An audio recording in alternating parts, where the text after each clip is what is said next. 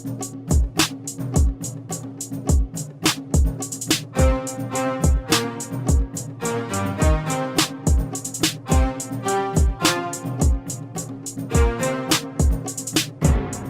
listening to Rookie Pirate Radio, the official anime and manga podcast for InBetweenDrafts.com.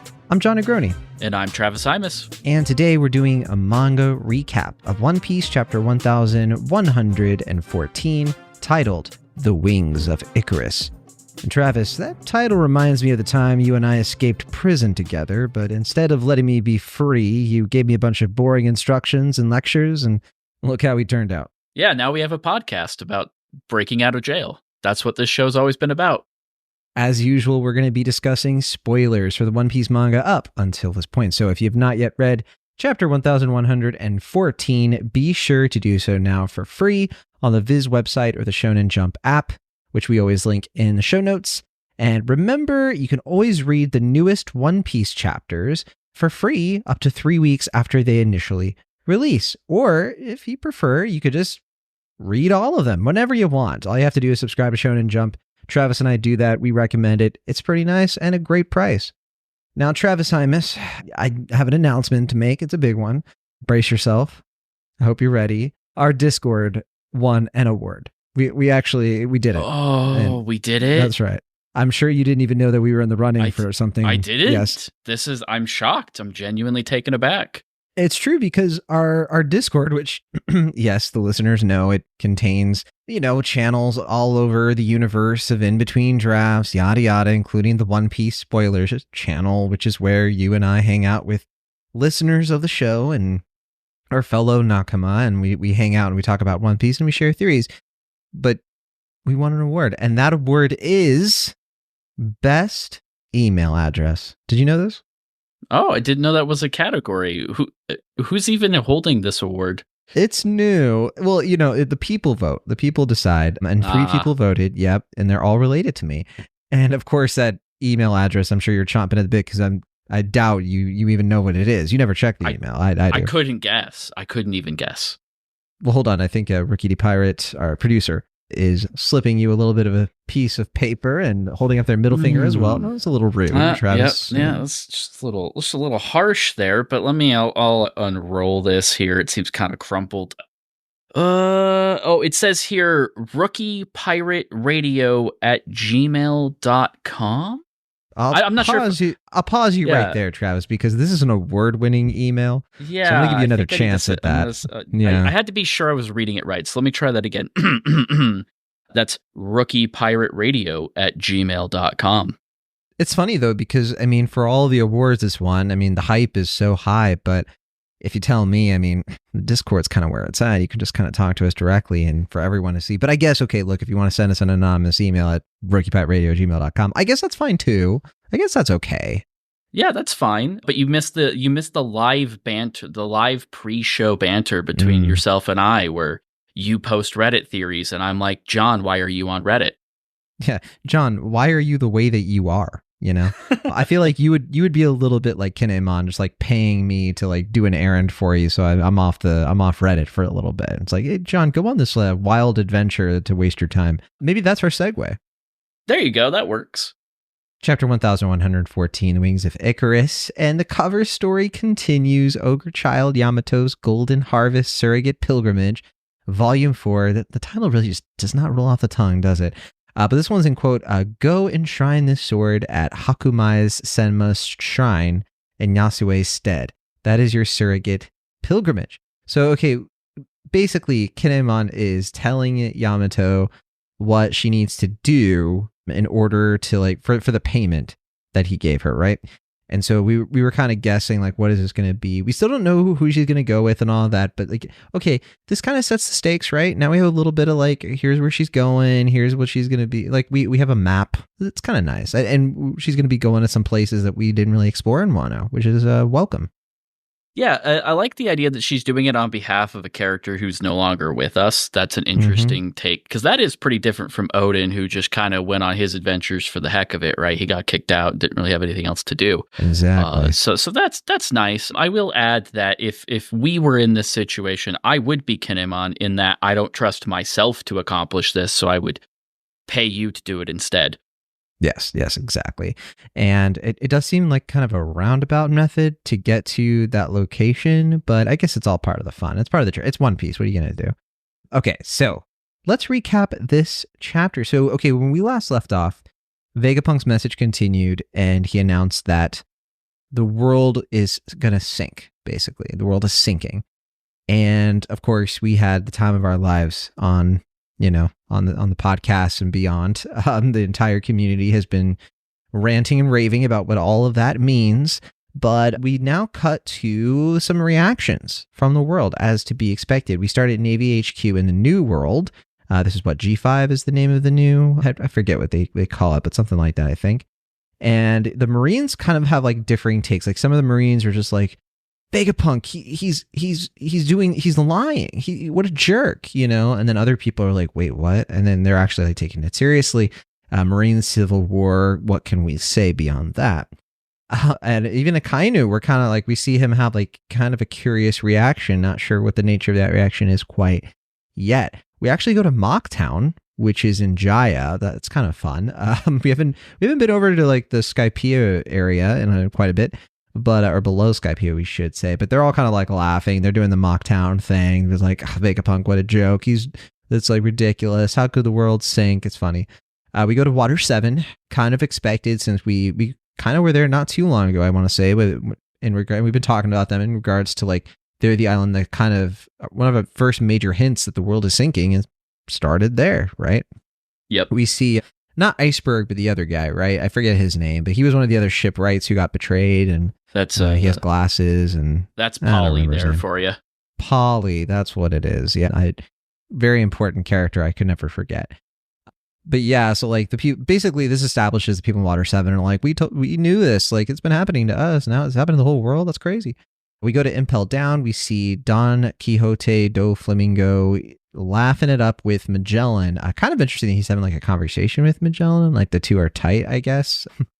But yeah, he's talking about how Impel Down is probably going to be in trouble because if it floods, what's Magellan going to do with the prisoners, right? Is he going to let him go or what? And yeah, Magellan's kind of like taking it in, I guess. And Doflamingo says something kind of curious about, what do you think? Should we all move to much higher ground? We also, and of course, like Mary Jo is like the implication there. But kind of an interesting note here in terms of we get a little bit of science behind here of like, it took like the 1 meter rise was enough to cause like a ton of chaos. And Magellan or Doflamingo establishes that most cities in the world will be wiped out with an extra 5 meters of water. So we're kind of getting a little bit of detail though in regards to what could happen, right? So all it would take is the Mother Flame firing off 4 more times, right? And that's that, or 4 or 5 more times, I guess, depending on how you read that comment. Okay, we go Fishman Island, which we called it, right? Like we called the different places that would probably get a reaction next. Fishman Island was one of them for sure. And we were kind of like curious too, like would they get the message? And we established that yes, like we've seen Den Mushies can communicate to Fishman Island, and it's happened in the manga and it's canon. But the Fishmen are kind of like, oh yeah, that's crazy. Doesn't affect us very much, but I mean that's kind of the situation for them. It's kind of a win, if anything. Yeah, it's like it's their world to inherit, I guess. Then we go to Future Island Egghead. Our world tour has come to an end, and we see more kind of like a disruption with the Marines. So like one of the Marines calls it utter nonsense. Looks like one of the, if not vice admirals, like one of the higher ranked ones in a suit. But then we go to the Gorsosei. They're kind of reacting to all of this, and they're kind of getting closer to being like, should we just like nuke the whole place? Like, is this really worth it? They still have that calculation of like, if they destroy everything, they lose what's left of the Mother Flame, but can they really afford to let this message go out? And there seems to be some discord, to quote an award-winning piece of technology we were talking about earlier. But yeah, we also see York is like huffing and puffing, trying to figure out, where the transponder snail is. She clearly has an interest in finding it before they just wreak havoc. And then we do go to another location. The world tour isn't over. I misspoke, but it looks like we see a quick glimpse of Alabasta. And Vegapunk continues his message, and he says that in the days after I record this message, which is, I would say, like pretty close to the present day. We don't know when he recorded the message, but it had to have been at least 2 days ago. So the clock's apparently ticking. But Vegapunk says that basically like any day now, there's going to be a most remarkable earthquake that strikes the entire planet. Only thing is that Vegapunk doesn't know. We in California, we've been feeling that for a long time now. The big one's coming. There's no, I can relate. And we then go to Whole Cake Island, or not. I don't know if it's Whole Cake Island or if it's just, who knows where Smoothie is. We just see Smoothie and the other guy, one of the other big Mong pirates, who is kind of like one of the coordinators. I forget his name, but they're all they're kind of like probably still on that ship. They're probably still trying to get into Wano for all we know. Going up the waterfall, and somebody else is probably knocking them down. Although Smoothie says something interesting. She's like, is he talking about the earthquake from today? And also that Vegapunk's already dead, supposedly. So that's interesting, because I guess the earthquake they might be talking about is Lulusia, unless I'm missing something. But yeah, we'll talk about that. And yeah, so like Vegapunk does say that as a result of that, the sea should rise about 1 meter around the world. So that does kind of say that like they must, apparently he called that Lulusia was going to happen. So that's maybe the implication here. Yeah, that's the implication. Okay, I wasn't sure. Yeah. I wasn't sure. So that is pretty interesting. So how did he know that? Because he didn't know York was a traitor. But anyway, we'll talk about it. He's good at guessing. He's good at guessing. I don't know. Yeah, we'll talk about it. But yes, so he's saying that some islands are going to be uninhabitable. Beaches around the world will be lost for good. Beaches around the world, I should say. And we're still seeing like different locations. We're still kind of like going around just to kind of establish that like the whole world is like getting a glimpse of this, right? We even see Aokiji / Kuzan kind of reacting. He says, "How? That's freaky, man. He totally nailed it." Or I guess I thought Kuzan was saying this, but actually no. He just has a ... It's one of the pirates in the background. I guess they're still in full lead, and Kuzan is recovering from his wounds, his fight with Garp. So we are kind of confirming here, which we already knew this, but like confirming that this is post Garp fight, which makes perfect sense. But yeah, and then Vegapunk reveals that this earthquake is not exactly a natural phenomenon, which is interesting, leaving some room, some ambiguity there. That we then cut back to Saturn fighting the Straw Hats, who are trying, the weakling trio, the coward trio, but they're not very cowardly right now, along with Brooke, trying to fend off, and also Lilith is there too, trying to fend off Saturn and protect Robin at all costs. And Saturn is kind of freaking out, like, don't say another word, Vegapunk. And Vegapunk in the meanwhile is saying, in my own way, I only ever hoped for peace. So it's a desperate struggle to keep Robin alive, because they do not stand a chance against Saturn, it looks like. But then Vegapunk says, this was the root of my first sin. We see the Gorsosei are still kind of like arguing about whether or not they're going to just destroy everything. But, some of them are like, we can't get rid of the power plant. Mars is the one who's being a little bit like, just destroy it all. And Saturn at a certain point, and I'm make sure I catch this right, it looks like some kind of light is reaching him. Like maybe he sees something and he's trying to like crash into the lab. It's hard to tell from these panels, because we do see a part of the lab and somebody, it looks like a vice admiral or someone. I don't know who it is, but he's attacking stuff in the lab, and we see the mother flame at last. And it looks to be like a little flame in water, which is interesting. It's like some kind of liquid is containing... Yeah, like a nuclear reactor. Yeah, exactly. That's the vibe that everybody's getting. What you're seeing though in the panels here is he busts in, he sees the glow of it, and then that's actually Saturn. So we cut to him transforming back down. That's Saturn with his cane. Okay, I wasn't sure about that, because I was like, how did he get in there? And I don't remember him having like that coat. But I guess I'm overthinking it. So yeah, it makes sense. No, he definitely. The coat's darker usually than this. I think it's the light catching it differently.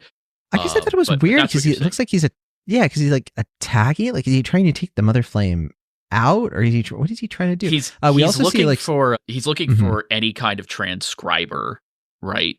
So my guess here would be the logic is, number one, they still need to maintain the mother flame. But if Vegapunk didn't hide the correct transponder in Punk Records, where else could he have hid it that they would be hesitant to go just immediately blow up? The chamber that the Mother Flame is in, the plant. That seems to be the case.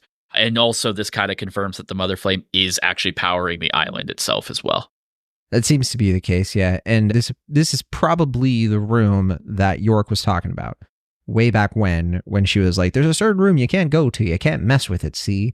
And that's the room, that the Seraphim, she told the Seraphim not to go to. But yes, Vegapunk says, I flew too close to the sun, to push the world forward into the future. So he's kind of accepting, he's the Oppenheimer here, right? He's the Einstein, kind of like, I created this power, for, with good intentions, but now it has the capability of destroying the world just as much as saving it, So yeah, that is the chapter. Oh, and we do see these initials, A and MU, which kind of looks like maybe references to elements or something or something there. I know a lot of people have been speculating wildly on what that means. Yeah, we're not even through the chapter. You still got oh yeah, 4 sorry. We still have the chapter. There's so much. I'm sorry. We're halfway through. That's just so much. Okay, so we see more of the Mother Flame, and then we see the Iron Giant. He's still up and about. And he's kind of blowing through all the attacks from the Marine ships, trying to destroy him. And they still don't seem to know what it is.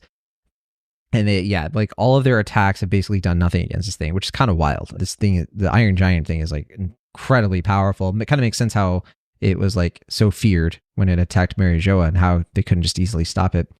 We see the fight again with Dory and Brogy, along with Luffy, who's gone into Gear 5th and is still fighting Mercury. There are a lot of flames and stuff coming out of apparently either Mercury, or it could be flames from the attacks from the battleships.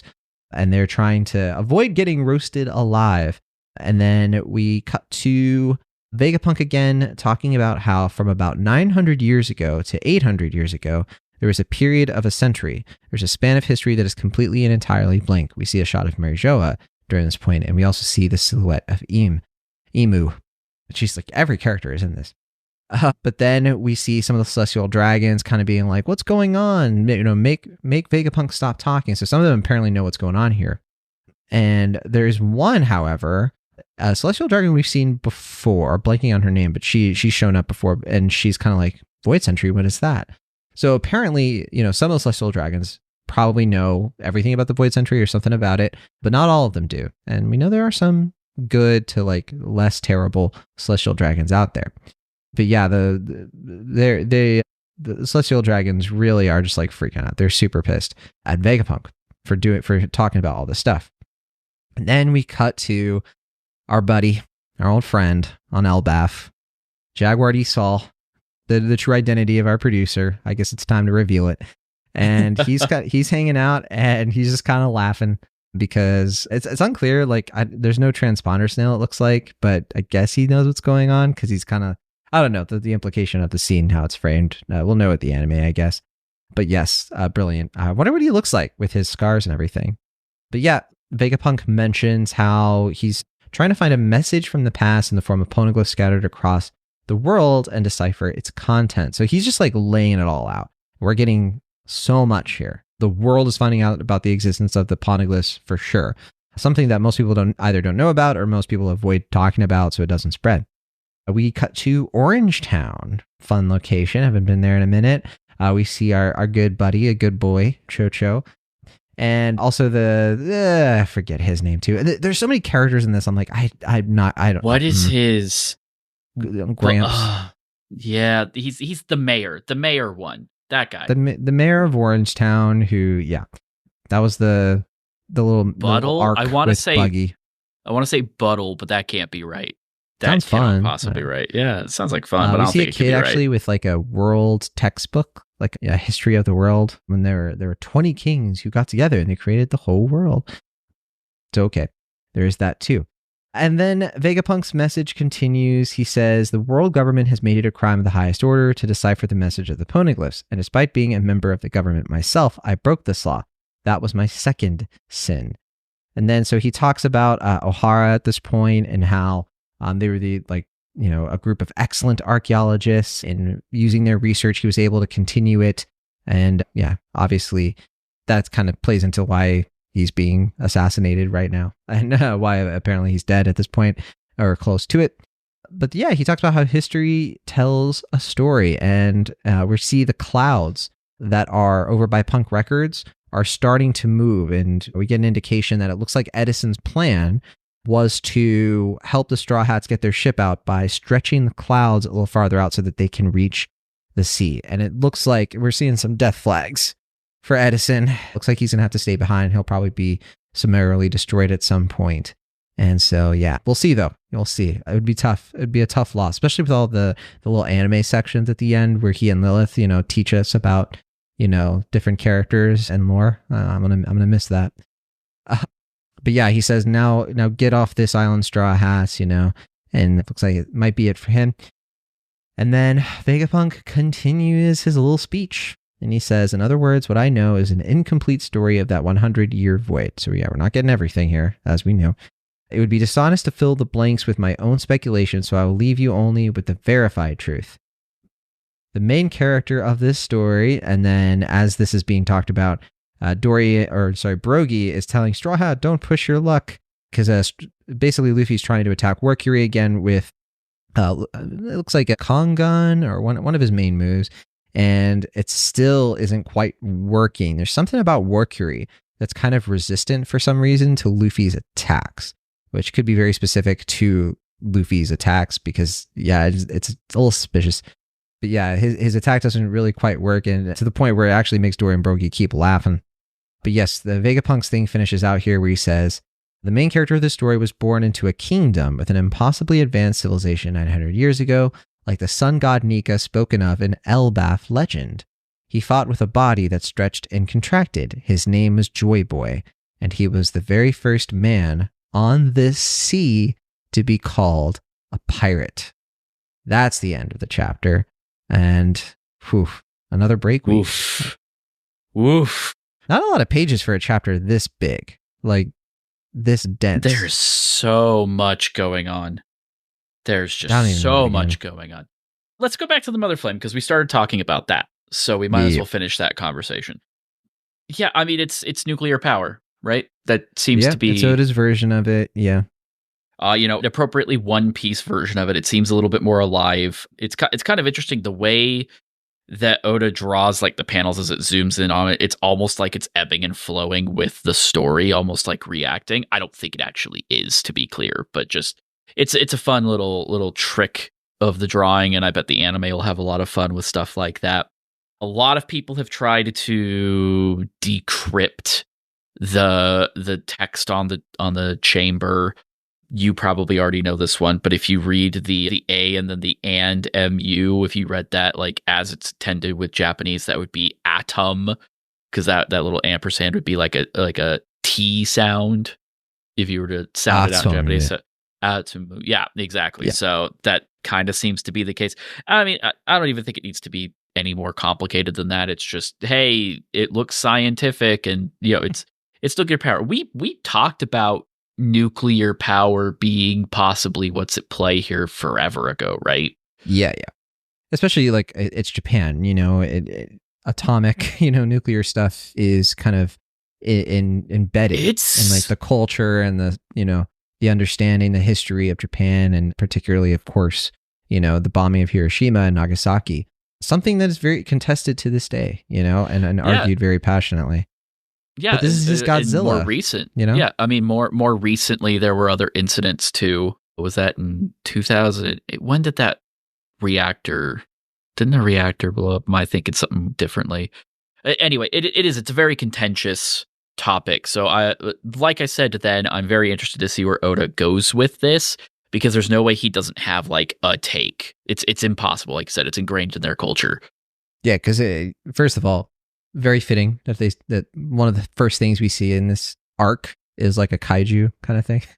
But yeah, right? I mean, I think like his commentary on, coping with the atom bomb, coping with this power that can destroy everything, is it right to research it? Obviously reflective to the United States, but also the other countries that have been in a Cold War, and have been, in mutually assured destruction over this kind of power. It raises a lot of questions. Like, where did he get this? What is the nature of this? Like, what is it about the research he did in the Poneglyphs that pointed him this direction?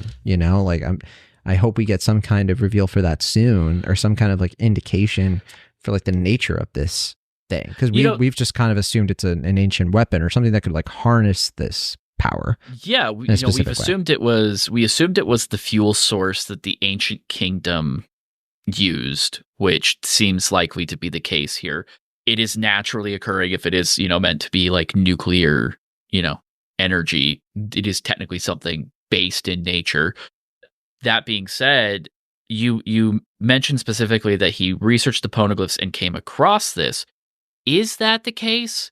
Because the Gorsosei seemed really shocked when they got tipped off that he was researching the Void Century. But if that knowledge is necessary to get this information, like, that's a good point. How did they let him do this if they didn't want him researching the Void Century? Did they give him something to work with? I just wonder if it's something they don't know that much about, or if they just assumed it's like a replica of I do wonder. Like, what if it's just, what if it is a situation where only the ancient kingdom could use it, and therefore if Uranus is something that belonged to them and the kings took it when they conquered that kingdom, maybe they just literally haven't known how to use it until now. Yeah, I mean, that's the thing, is like they could have just assumed he found a new energy source and didn't realize that, no, it's not new. He didn't just like luck upon this because of he's brilliant and invented it. It's because, like this could be the revelation of like, oh yeah, all along, he was doing this. Although at the same time, I mean, there's not that much time that's transpired between them deciding or getting tipped off that he was researching the Void Century. So they might have been suspicious too. I mean, it all kind of happened fast in terms of like how this all went down. I mean, let's be real here. Knowing what we know that they're using this for, chances are good if they found out he was tracking the earthquakes after the fact, they'd kill him anyway. Like, there's plenty of reasons for them to want to clean this mess up eventually. So maybe they were just looking for an excuse. Yeah. Makes me wonder too about things like, are they going to get into radiation or anything like that? Or is Oda just going to kind of keep this simple? Are the devil fruits irradiated? Irradiated. Oh, so we're doing Fallout? Yeah, that's what I was about to say. Like, is that the secret? Like the thing connecting the fantastical to this kind of sciencey stuff? Because we don't just have nuclear research; we have genetic research too that has been introduced. We have green blood, other scientific research as well, with like MADS and what Germa was doing and the bloodline elements. Maybe that's where we've been going with this. Like, again, I keep bringing this up as we talk about this arc, but it just still hasn't settled in that One Piece is a post-apocalyptic story, but it is. Yeah.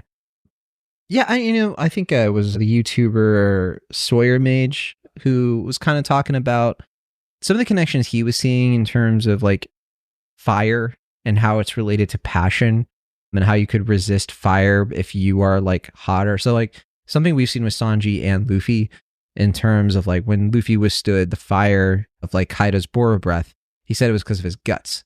And so in SBS, Oda said the reason Sanji's Diablo Jambe doesn't burn him is because his passion is hotter than the flame. And so basically Sora Major's kind of cooking up a theory of like, maybe something along those lines of like, there's a type of fire in this world that seems to be fueled by like emotion or some kind of like passion in a similar way to like the drum, Luffy's little heartbeat, seems to power Gear 5th, and it seemed to wake up the Iron Giant. And you could tie a line between that kind of like extrapolation and Lunarians too. We got Lunarian refreshers here in this arc when they had to like wait until the flames died out in order to damage the Lunarians. Why is that? Right? Like we keep getting over and over again these like flame connections. Sabo's the flame emperor. He inherited Ace's fruit. I mean, yeah. I still always want to come back to my Logia thing. Why can't a Logia be duplicated the way a Pyramesia can? I think there's something like elemental about these powers and why Logia tend to be like so strictly guarded among the Gorsosei to like the world government to like their people, because there seems to be something like extra dangerous about it. Yeah, because you would think, because the way you duplicate a paramecia power is different than the way you duplicate a Zoan power. But what we know about Zoan fruits now suggests that there's something inherent to them as an entity that can be duplicated. So there must be some fundamental element of funny, but like something to a Logia fruit that either makes it impossible to replicate or hasn't been discovered for replication, and it takes some sort of different form. Yeah, that's a good point. So yeah, I too much for us to. I want to know the color of this thing. Is it blue? Is it green? I can't wait to see it animated. That's a point. I think is the water green? Interesting. Yeah. Like, what color is the liquid? Is it liquid, or is it like water? Is it blood? Is it, something even wilder? Because when you look at the flame itself, it reminds me so much of a devil fruit. But yeah, we really don't have much info here. Yeah. Some people have speculated that the glow of the mother flame is what reverted Saturn, and that's why he's no longer in like his big demonic form. That's an interesting idea. Yeah, because he does seem to be reacting to it. Like when the light hits him, he's like, the mother of flame. And yeah, I mean, it could just be, that would make a lot of sense. Yeah, I mean, it could just be that scene from Scott Pilgrim, right, where he opens the door and it's bright, and he's like, like it could be that.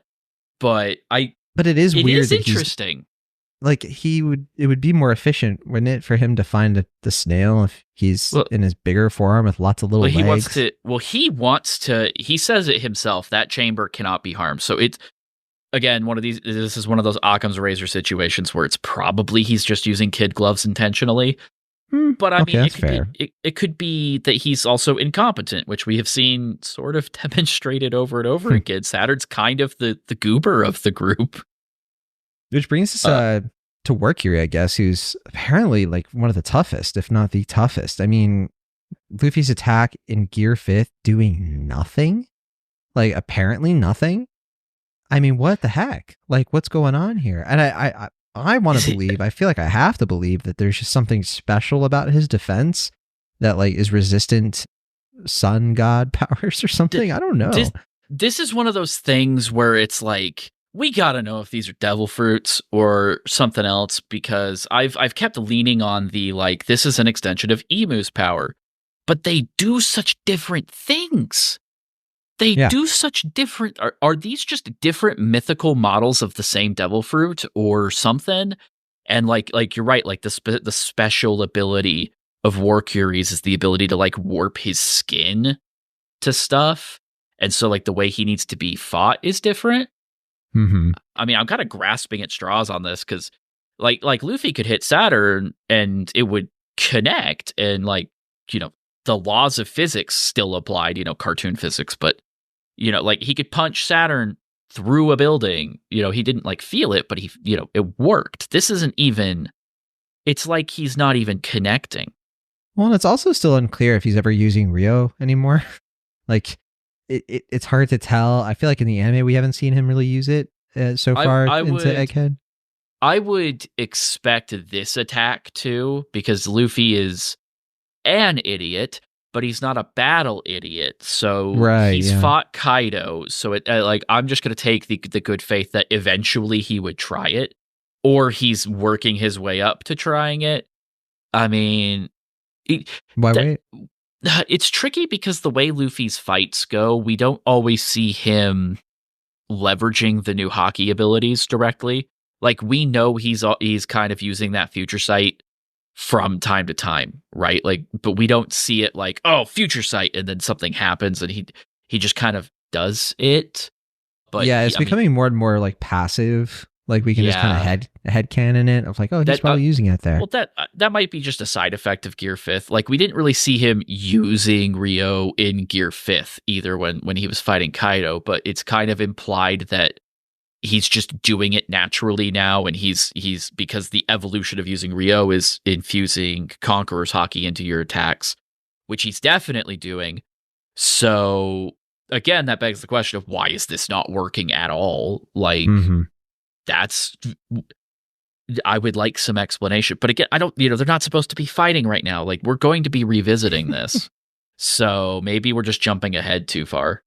Speaking of jumping all the way to the end, JoyBoy, first pirate. This has been a long time theory. I feel like a lot of people have said this before, and It just I've makes always sense. found it to be, it's made sense for the longest time. We were talking in the Discord about there was a theory shared on Reddit along the lines of like JoyBoy kind of being our version of Odin. We already have like a Loki and stuff, and we have lots of evidence that he's tied to the giants and all that stuff. But one thing that you and I talked about in the Discord about this was that this JoyBoy could be our first eyepatch character. So there's this long running thing where the most traditional pirate aspects, Oda likes to like pace them out. So like, for example, there's only like one character who has like a hook for an arm, and that's Crocodile, right? And the other thing was somebody who has a peg leg, right? Because we got the peg leg character, right? Am I Zeph, yes. I was like, God, I knew it was somebody. So stuff like that, right? We had, instead of a parrot, we have Hattori, and it's not even a pirate, but we'll probably get a parrot at some point. But yeah, one of the main pirate characteristics, right, is an eye patch. So, I think I like the idea of JoyBoy being that character that has the eye patch finally. That would be kind of cool, especially because it's been foreshadowed so much. Luffy is, the next JoyBoy or whatever. There's so many references of him closing an eye. There's Skypiea. There's the missing island kind of could be a reference to that too. I mean, there's just so much of it. Yeah. Oda has answered this question a couple of different ways, because people will ask in like SBSs and like in interviews, they'll be like, well, why isn't there an eye patch character? That seems like such a slam dunk obvious thing to do. And in 2017, he said specifically that there will be an eye patch character, but he's saving it for something really, really special. And so at this point, it basically feels like it's either has to be JoyBoy or Luffy's losing an eye before the end of the series. That's kind of where it feels like we're going. Yeah, or Zoro, because he already kind of. Yeah, because anybody could use an eye patch. See that, and that's where because around 2017 would have been a couple of years after Zoro's new design was debuted, and you'd think, well, maybe Zoro would have gotten it, but that didn't happen. So it's one of those things where it's like we're running really close to the wire on this. So Oda clearly has had the JoyBoy design sitting in the back of his head for possibly the entirety of the series, right? Mm-hmm. Maybe not fully formed, but like the idea of the first pirate, he didn't just make this up. Yeah, especially because, some of the original pirates were Vikings. Vikings are like the original raiders and pillagers and all that stuff. Right. So him drawing the connection there, it's always fit. It's just been a question of how is he going to piece this information out, and how is it really going to connect to like that history of like, okay, he's part of a kingdom. So why would somebody who's part of an advanced civilization want to become a pirate in the first place? So I know Tekken kind of put it out there. He likes the idea of like the name of the ancient kingdom being a connection to the word pirate. So like the reason they don't want anybody to know the name of the ancient kingdom was something like Pirate-landia or, Kaizo, something, Kaizokia or something like that. Because then people would be like, what? There was an advanced civilization and the people who lived there were, related to pirates, or like, JoyBoy as the first pirate, who's called a pirate, who's part of this kingdom. I don't know. It's kind of a weird thing to put together in that way, but. Well, this is where I'm going to dig. Oh, I'm going to go really, really far back. I'm going to go back to Romance Dawn, not the first chapter of One Piece, but the pitch the pitch chapter for One Piece. Okay. Because that version of One Piece, in addition to having other pieces that would eventually make their way into One Piece one way or another, Garp, for example, is the owner of the Straw Hat originally. The idea of pirates are split into factions. Yes. And those factions are explicit. Ideological. It's very explicit. It was, frankly speaking, too explicit. It's good that didn't become the groundwork for One Piece, because I think it would have really locked it into a good v evil concept that now the story would not be able to function within. But it does very much set Luffy up as a more liberty-focused pirate, a more adventure-based, like, freedom is the right of all sentient beings kind of pirate versus a pillager versus a negative, violent You know, bad pirate, the bad pirate, fun pirate, not fun pirate. It was very simple. And I would wager that is going to, not necessarily in the same form, but that is going to play into this. What makes JoyBoy a pirate is going to be the same route that makes Luffy a different pirate than everybody else. Because that's what sets Luffy apart from all these other crews, and presumably Roger as well, is their perspective on what it means to be a pirate in the first place. And I imagine that plays a big part in Luffy's dream. And that's why we're probably not going to find out why JoyBoy got the title yet. Probably not. In fact, I have to assume the message is getting pretty close to being over because it just seems like he doesn't know that much more. And I still wonder if we're going to get like one last and then other thing, and then that's when the message. He's going to say something more. That much is clear. It's kind of wild. Yeah, I still think the name. The name still is probably the way we end this, because that's the only the fact that we have it on paper in text for the first time since the time skip, that a theory we've been thinking about for this long is confirmed. That's buck wild. Again, it's one of those ones where logic kind of parses out the more that we've learned, slowly but surely, the more this makes more sense. But to see it just right in front of our faces is gigantic. That even when we're right in One Piece, it's very rarely so spot on. So that this is something that everybody was kind of keyed in on, and we're not even shocked or stunned. We just go, yeah, we're on the same page. That tells me that's not the reveal Oda is planning to capstone this. We've still got one more thing that's going to leave us just agape as we go to Elbaf. Because again, this is not the way that the whole story is getting told. It's not fun this way. We're having a lot of fun right now because it's the closest thing to answers we've been in ages. But it's not fun for Luffy. It's not really fun for the narrative. We are not even close to done yet. There's so many. If anything, Egghead has introduced more loose threads for the final saga to tie up than we had going in. So yeah, I have to wonder. It's what do you even do with Elbaf at this point? Because how could it possibly fit the formula of a typical island? You know, it feels like it has to be ingrained. Oh, yeah, we're done with that. That's a lot of people have thought for a long time that Elbaf was just going to be another adventure. Egghead has destroyed that. We cannot go back. There's too much urgency right now, so I feel like it all has to be kind of tying into things. But yeah, so I want to talk about Akainu and Kuzan. Yeah. And there's so much, continued seeding of a split with the Marines, which makes a lot of sense. And I think some people were saying this Akainu might, no, Akainu is going to look at the situation and he's going to say, yeah, the world is sinking and I'm going to make sure I keep order, which means people are going to try to rush Mary Jawad. He's going to, hold it. And he's a dog. He's not going to, he's not turning good, folks. He's a bad guy. Do you want my hot take of the episode? It would be fitting for Akainu. Or Lava Bender. Right? His and Kuzan's bubbles are identical in terms of responses.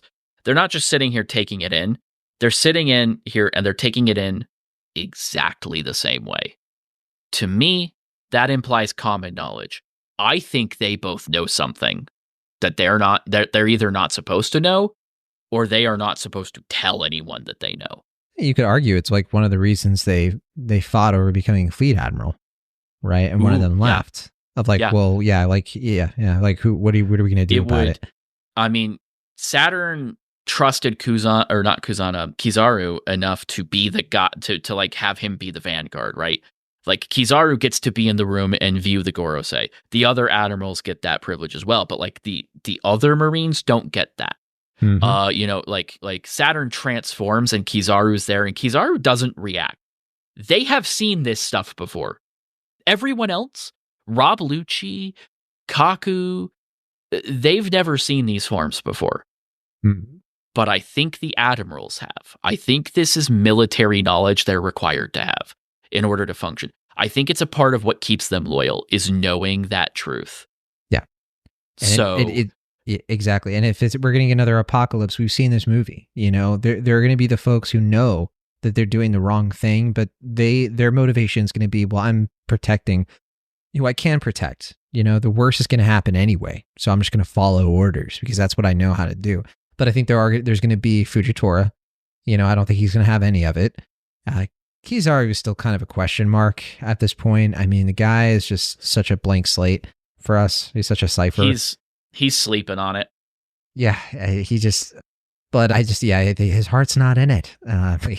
Of course, you know, Green Bull Kainu, the hold down on this, and that's going to be that, honestly. But Kuzan, who knows? I mean, yeah, if he knows that this is happening, I think that's going to secure probably his position with Blackbeard of like, I'm going to cause as much chaos as I can because the world government needs to get a black eye, basically. That's how I see it. Yep. And speaking of people who know things, Don Quixote Doflamingo is absolutely reveling in all of this. We still have his big secret. Yeah, I mean, I think at this point, his big secret is Oda told him the ending of the story. Like that's he was that kid who was he like gets to know. Yeah, he's the Make-A-Wish kid, right? He's every editor of One Piece. They get called on that private meeting that's checked for bugs and told the ending just in case. And like, you know, it's a big ceremony thing. It feels like Doflamingo got one of those because he's just talking like he's like, none of this shocks me, nah. And like we know he knows everything, but it's always fun to watch him gloat. I do also like that Magellan has now been persuaded to have to like sit next to his cell. I guess that's because somebody tried to kill him. Is that why? Or are they just pals now? Is that a thing? Yeah, because he is the vice warden. Yeah. So he doesn't have... Yeah, so since he got demoted, I think, A, he doesn't have anything better to do, and B, I wonder if he just genuinely likes hanging out with Doflamingo. I mean, Doflamingo is charismatic as heck, right? Like, he can woo some people. Like, I do wonder, you know, could he orchestrate a breakout? His own Impel Down breakout? Because I know there's been some talk of like, and I've certainly been along these lines of thinking of like, all right, well, there's a reason for the Cross Guild to go to Impel Down. We already know that. Buggy has a reason to go there. And Doflamingo has a reason to get out of there. If it gets my Buggy boy still has out some of crew there. Huh? If it gets my boy out of there, or Mr. 2, let's get Bentham out of there. But yeah. I'm pretty sure Buggy still has some friends in Impel Down that he would want to break out anyway. And if he's going after the One Piece, maybe this is his chance. But if there was like some kind of like, you know, Doflamingo like breakout kind of situation, some kind of mutiny against Hannibal, and everybody teams up because they don't want to stay in Impel Down because it's sinking, the stage is set. And then the Cross Guild would be right there to pick up the pieces for some kind of a discordant, you know, kind of Rocks Pirate-esque, you know, team up among terrible people. What do you think of the idea that Impel Down was above water before? Well, we talked about that, right? Of like the theory that it's the Ancient Kingdom and that like it was like the top of like a castle and like further down is the whole Ancient Kingdom. Yeah.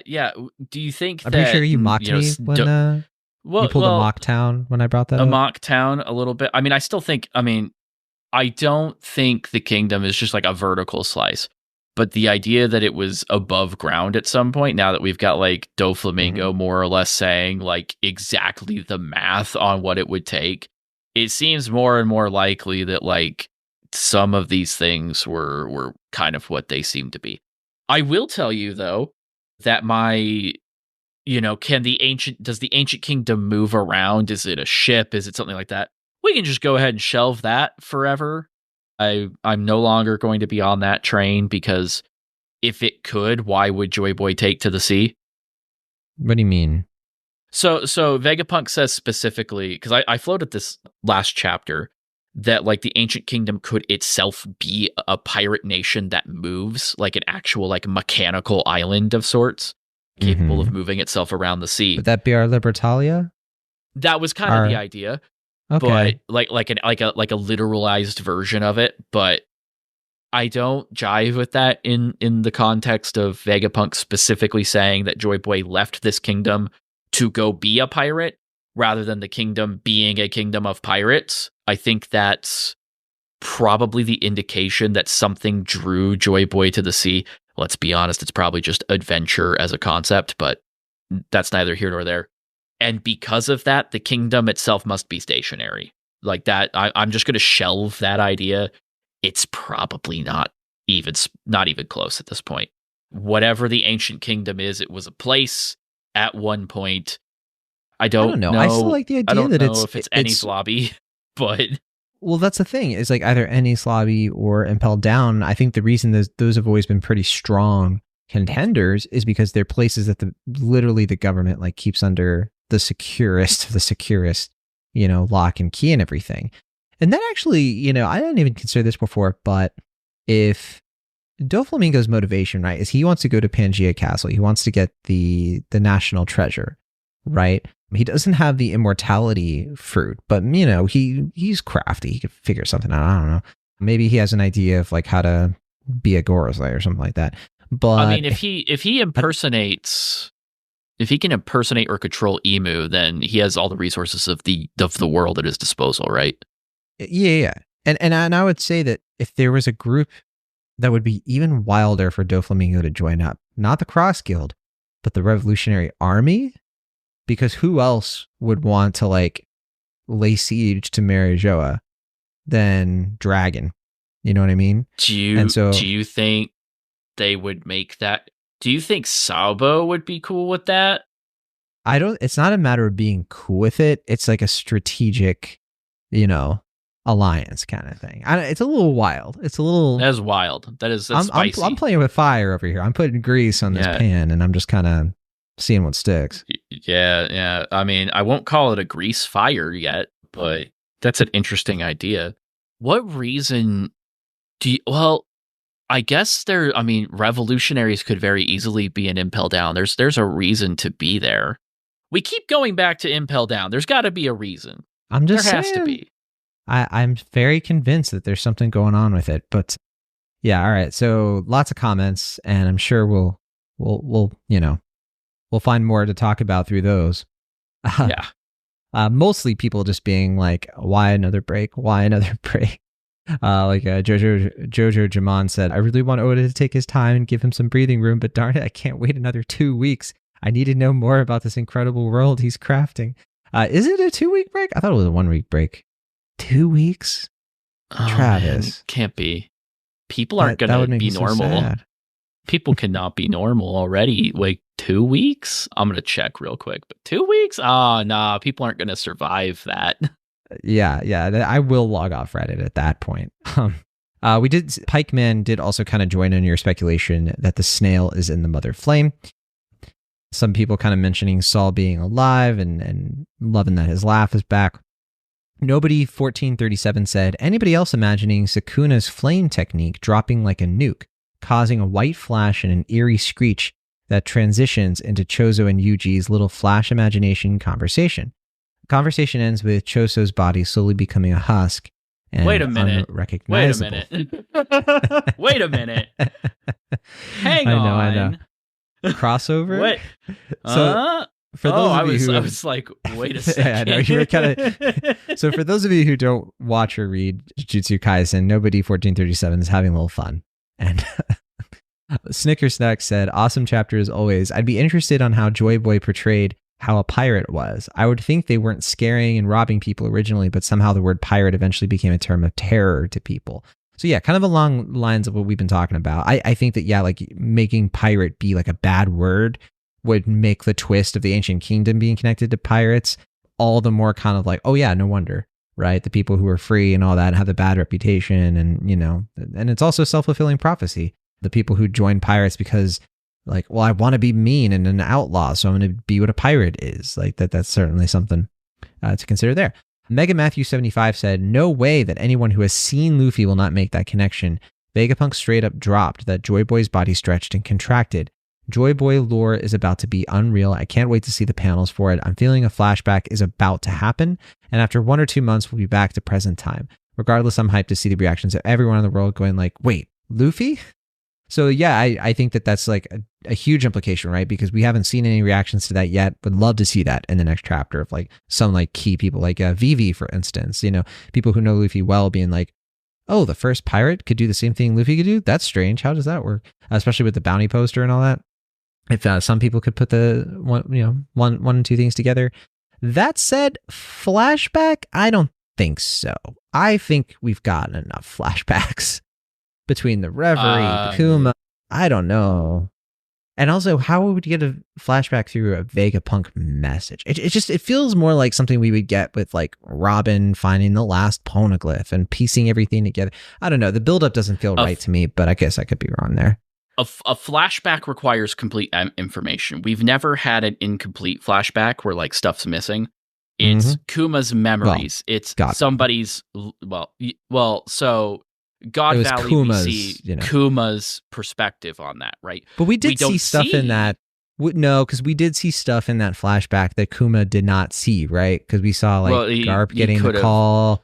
I mean, okay, creative liberty aside, but like we're not going to do because Vegapunk specifically says I cannot fill in the rest of this. I don't think it's a flashback. That just we've never done something that radically like hypothetical. When we get a Void Century flashback, and there's no way we're not going to do it. The man loves his flashbacks. It's just going to be the biggest flashback.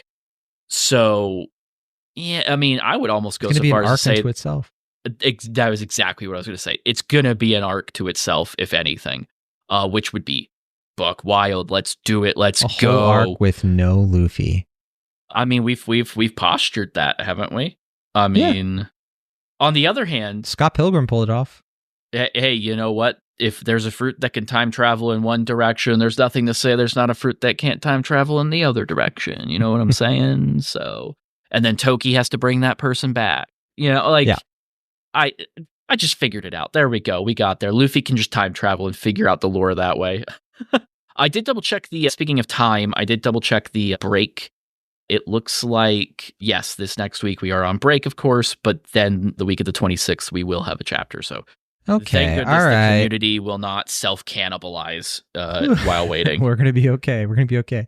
Mega Matthew 75 had more to their comment, and they said, Vegapunk must have some sort of audio-visual prepared too, because he had emphasized the use of video very heavily with that whole setup thing. Hopefully whatever flashback we see will be based on images Vegapunk shows on screen.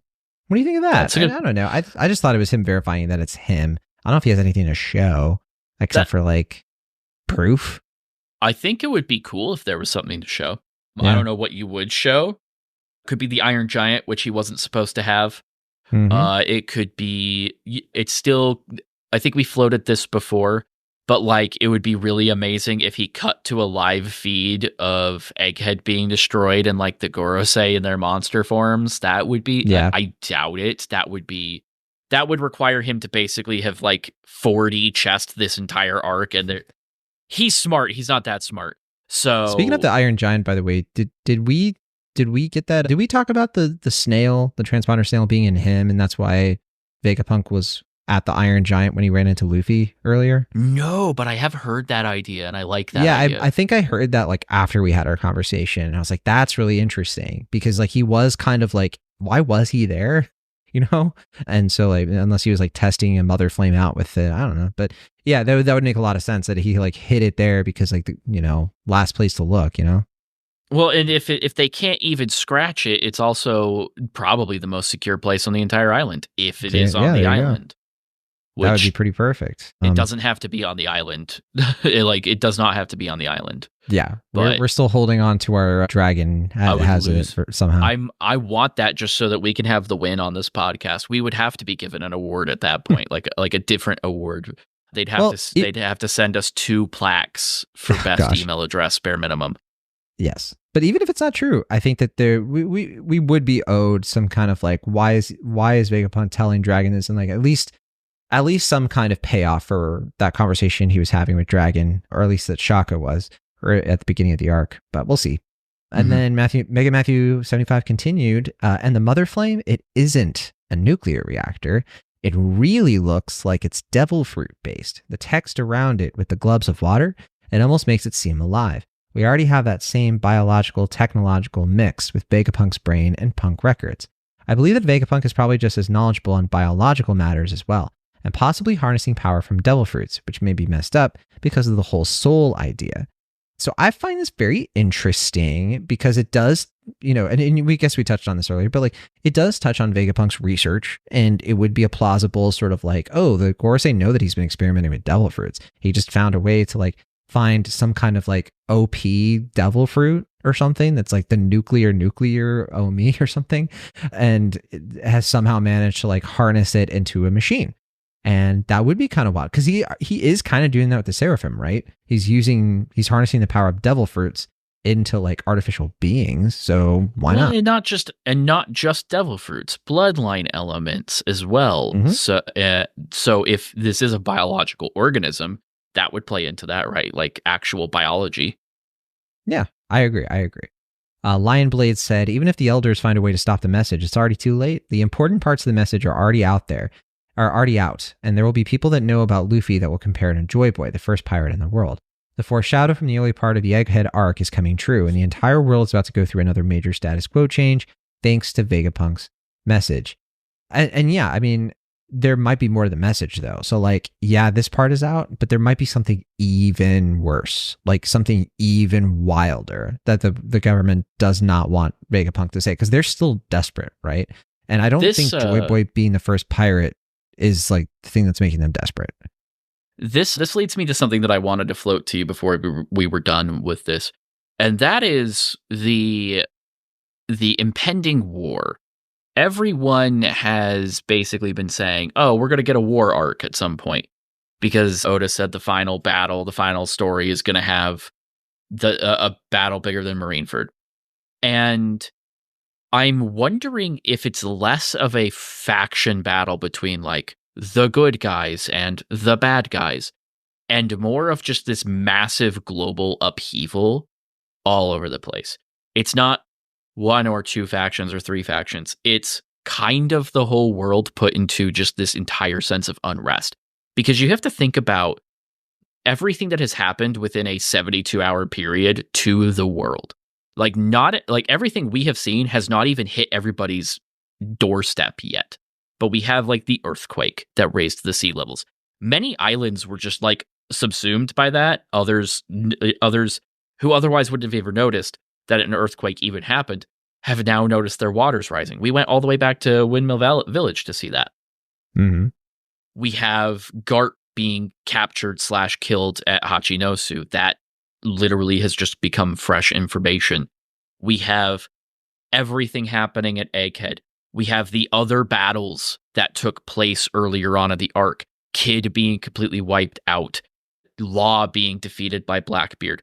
These are things that will come to roost. We know just prior to that, Whole Cake Island was attacked by the Blackbeard pirates as well.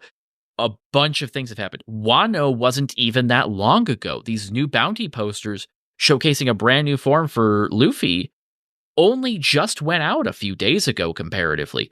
The world has already kind of been turned upside down. If you're a regular citizen, you're like to us in our world, it's basically a Tuesday on Twitter. But to these people, they've gone from a relatively okay existence where like the oppressive government doesn't like necessarily ruin their lives, save for maybe a tribute every year, to everything is happening all at once. Like that's like, think about Orange Town. Orange Town had that pirate incident, and then a dog became a businessman. And that they've been just relatively fine. They've just been relatively here existing. We don't go back to them very often. It's been like over 600 chapters since we've gone to Orange Town, but we got to go to Orange Town to check in on them because that's how serious everything is now. So I'm really wondering if what we're talking about isn't a war, but rather genuine mass global upheaval. Like Roger wasn't kidding, literally turning the world upside down. There are a couple of people, by the way, in the comments who were referencing that this is one of the daughters in the Charles family, Charles' sister, Correct. Shalria. Yes, and I just forgot because I don't remember this character. I remember her from Well, Sabati it's- Archipelago and the Kimi thing, but Well, yeah, because it, because it doesn't help that apparently celestial dragon genetic lottery is worse than normal genetic lottery. Like, it's somebody got all of the normal genes, and then there's Charlos. There's a lot of cousin marrying happening in the celestial dragons. I have to assume. Well, we learned that it's not that much. Yeah, like Figurlin Garling, maybe he's like, illegitimate or something. Herman76 said, interesting that one of the celestial dragons was what the Void Century was. Likely that many of the current generation have no idea why they need to be concerned, just that they should be. Kind of reaffirms the idea that Emu and the Five Elders keep them in the dark about many things. I honestly think there's a good chance we find out at some point that they're all nothing but sacrifices for Emu to consume or use later on in the story. Yeah, this does bring up something. It's like, what does Emu get out of them? Like, what is their purpose? What does Emu get out of any of this? That's another good question. Why hide? Rebellion? That's already happening. You couldn't even wipe out pirates. So, like, why hide? What's the deal? Yeah, I mean, it could be something. Well, it could be something related to like, well, the world will end if I don't do this or something. Well, it's already ending. What's the angle? Cleanse, I mean, there has to be an angle because no One Piece villain doesn't have an angle. Just what is his? Theirs, I guess we don't know. Oh my goodness, probably won't we're have close. time to talk. Well, we probably won't have time to talk about the hollow world theory. That is continuing to get its traction. But yeah, we might have to save that for later. Could be hollowed one way or the other. Day. Yeah, the short version is that the idea behind that is that there's like a world underneath like the ocean, that there's like that the world is hollow. And I like to think that if that theory was true, then Laugh Tale is like basically the center of the world. So like the center of the earth or their planet. And that's why it's like the last island.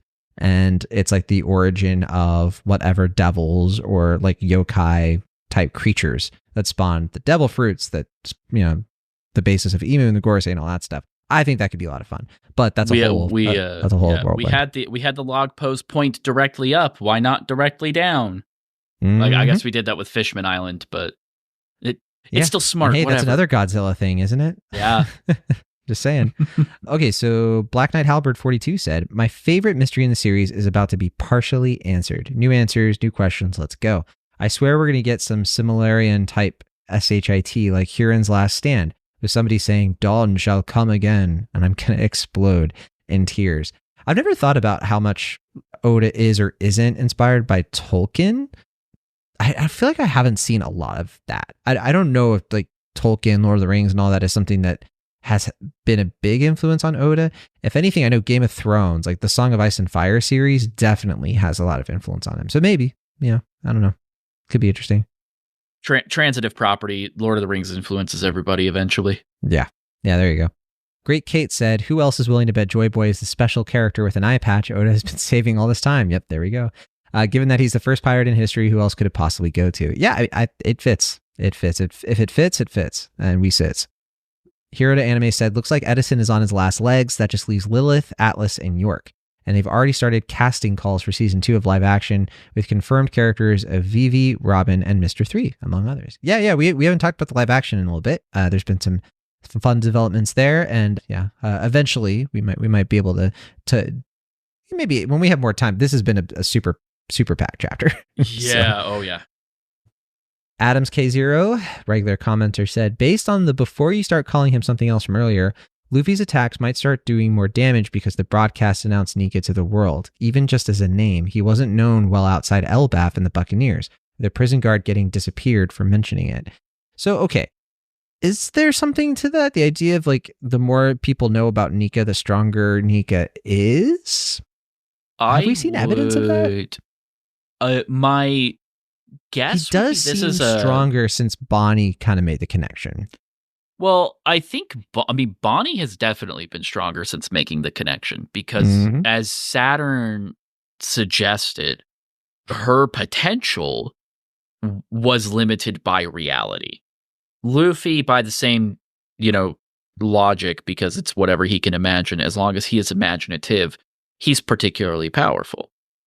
I would suggest that it's not that Luffy himself becomes powerful. This isn't like a spirit bomb, but rather Luffy influences other people to be more powerful. So the Grand Fleet is a good example of this. They all become pirates. They all become much stronger beings than they were just through Luffy's influence. The Straw Hat crew, of course. I mean, the weaklings all fought off of Gorsosei for a hot minute here. Like, holy crap. That would be something I would buy more than the inverse of that, where like Luffy gets stronger through belief. Only because I think that clashes with Luffy as a character. Like I know that we're doing the sun god thing and we're, you know, all that jazz, but like Luffy as a character resists a lot of this, and I think that that's crucial to this all working. Is that this doesn't end with him becoming some kind of like divine figure. It's still going to be Luffy getting by with the grit of his teeth. It has to. That's what keeps Gear 5th from actually being a jumping the shark, save for maybe him jumping a shark. Because I mean, that might come like in handy. A funny thing. Yeah, it might. Yeah, if he jumps over Arlong real quick to do a quick wiggle attack. Yeah, I guess in that regard, we jumped the shark a long time ago. But okay, that's it for comments, and we definitely covered a lot in this chapter. Was there anything else though that we didn't get to that you want to bring up? I mean, we didn't talk too much about the clouds and the ship. I feel like that's all just like moving pieces. I will say I did not even consider just physically extending the clouds. Like, like we floated like making more clouds, I think. Yeah, but just like make a cloud concept. Bridge, just make the cloud bigger. Oh yeah, duh. That actually makes, we're all like, why did he jump off of there? Oh yeah, fair that makes enough. Sense. That's fair enough. Yeah, we'll still get there in the end, I guess. Yeah. Yep. And yeah, I have nothing else really there. Happy to see, hopefully see Saul again soon. We're definitely teeing up for that. And yeah, I guess that's it. I don't see anything else here. We didn't talk too much about like the world tour stuff and like going around and all that, but I think it's just reinforcing. I think it's just reinforcing at this point. Yeah, like, the purpose seems to be it's like everybody is. Yeah, I think Oda was kind of like, well, Rick, those old rookie pirate radio goons are annoyed that I didn't include Fishman Island. I'll put it in this chapter. What? Wait, the Big Mong pirates too? So greedy. Fine, I'll do one little quick panel. At least he's still listening. That's the important thing. Yes. And I just really want to know, is there still a place for Kaido and Big Mom in this story at this point? I'm just kind of like, it's just so curious to me. I still like the idea that they're like, they both lost their memory and they're in like the lava pit, just like vacationing in Wano, and then they don't want to leave because they're just enjoying themselves, you know, the sibling energy and all that, but who knows? Yeah. All right. Yeah, exactly. Well, that's it for Rookie Pirate Radio. We do have a break week, and we'll be back for 1115 after that. But for our break week, we haven't decided what we're going to do yet, besides read theories on Reddit that we probably shouldn't. But we could do an anime check-in. We could talk about some big One Piece theories that have been cooking and have fun with those. Or we could just not do anything and see you later. But I doubt we'll do that. We do have a Delicious in Dungeon special episode that is out on the radio waves. So if you haven't checked that out already, we just published it a few days ago. And so you can check that out. That's with Kayla Chu, who talked to Travis. And they talked about the show on Netflix, the anime, of course. And I'm only a few episodes in, Travis. So I haven't listened to y'all's entire conversation because I was like, I listened to part of it, but I was like, I don't want to get, Yeah, don't get too spoiled. It goes we're not like current to like now, but like episode like 14, 15, so fair enough. But yeah, so y'all can check that out. And Travis, I know you love recording stuff without me. When you get to be free. I mean, the words flow freely, but the skills do not. It's like you like it almost as much as you like, editing the podcasts and doing all that stuff too. Like I said, I'm the Kinemon in this situation. I am the one that sends people. Well, at the risk of this episode being a pain to edit, we'll see you all later. And thanks as always for listening. Thanks, by the way, to some of the folks who have been leaving review or ratings for us on Apple Podcasts. That's been super helpful. No reviews yet, but people have been giving us 5-star ratings, which Means the world, really helps us, and we really, really appreciate it. Definitely consider it if you haven't already and you actually want to. If you don't want to, please don't. We don't want you to do it out of obligation. I mean, a little bit, but like, a healthy amount. Yeah. If we suck, the email is rookiepirateRadio@gmail.com, and we can just filter Put your rating that. there. Let's negotiate. We'll try to bring it up to 5, however we can. But yes, we'll see y'all later, and have a great week. We're gonna go out to sea, and we're gonna have some joy with the boys.